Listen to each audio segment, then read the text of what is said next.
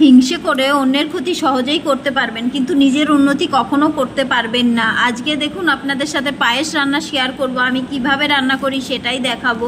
এখানে পায়েসে অল্প পরিমাণে, যেহেতু 500 দুধ দিয়ে অল্প পরিমাণে গোবিন্দভোগ চালের মধ্যে সামান্য পরিমাণে ঘি দিয়ে নিয়েছি। যাদের চালের পরিমাণ বেশি হবে তারা 1 চামচ পরিমাণে ঘি দিয়ে নেবেন।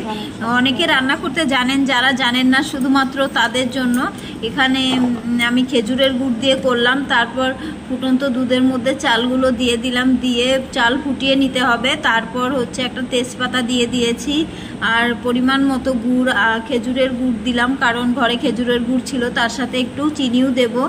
কাজু কিশমিশ দিয়ে করব না, কারণ কিশমিশ দিয়ে মেয়ে খেতে চায় না, আর আমারও সেরকম একটা ভালো লাগে না। প্লেন পায়েসটাই আমার বেশি পছন্দের, তাই এইভাবে করলাম।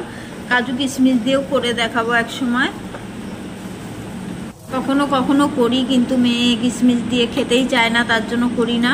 এদিকে বলতে বলতে আমার রেডি হয়ে গেছে পায়েস। আর এই সাইডে করে নিলাম আদা দিয়ে লাল চা, আর তার মধ্যে সামান্য পরিমাণে মিশ্রি দিয়ে। চিনিটা কমই ব্যবহার করি চায়ের মধ্যে, মিশ্রি দিয়েই বেশিরভাগ সময় খাওয়ার চেষ্টা করি। আর আমি লাল চাটাই পছন্দ করি। অনেকে দুধ চা খায়, আমি কিন্তু দুধ চা খেতে অতটাও ভালোবাসি না, খুবই কম।